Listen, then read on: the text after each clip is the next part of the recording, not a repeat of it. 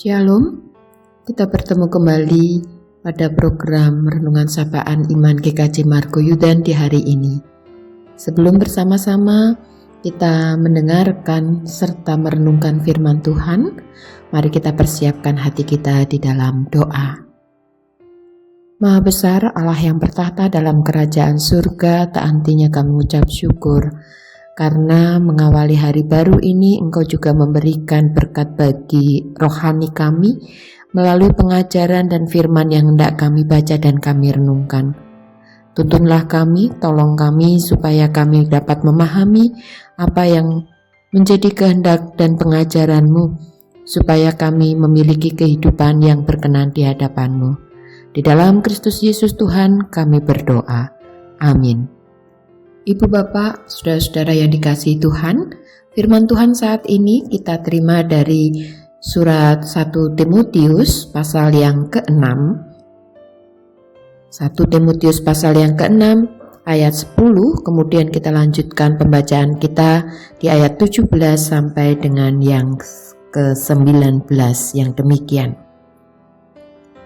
Sebab akar segala kejahatan ialah cinta uang, dan karena memburu uanglah beberapa orang telah menyimpang dari iman dan menyiksa dirinya dengan berbagai duka. Peringatkanlah orang-orang kaya di dunia ini agar mereka jangan tinggi hati dan jangan berharap pada sesuatu yang tak tentu seperti kekayaan, melainkan pada Allah yang dalam kekayaannya memberikan kepada kita segala sesuatu untuk dinikmati. Peringatkanlah agar mereka itu berbuat baik, menjadi kaya dalam perbuatan baik, suka memberi dan membagi. Dengan demikian, mereka mengumpulkan suatu harta sebagai dasar yang baik bagi dirinya di waktu yang akan datang untuk mencapai hidup yang sebenarnya. Demikianlah firman Tuhan. Saudara, ada pepatah tentang uang yang demikian. Uang adalah hamba yang baik, tetapi ia adalah tuan yang jahat.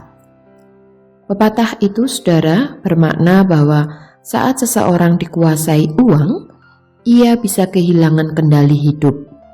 Sebab uang dijadikan sebagai dewa.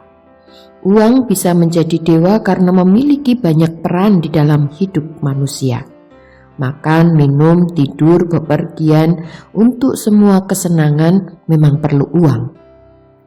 Oleh karena semua hal diukur dengan uang, maka uang digunakan sebagai alat ukur hidup manusia. Mereka yang banyak uang disebut kaya, dan dengan kekayaannya itu, ia dipuji, dihormati, dan bahkan berkuasa. Mereka yang tidak punya uang disebut miskin. Dan dengan statusnya sebagai orang miskin, orang-orang seperti ini sering tersisih dan disisihkan dari tengah komunitasnya.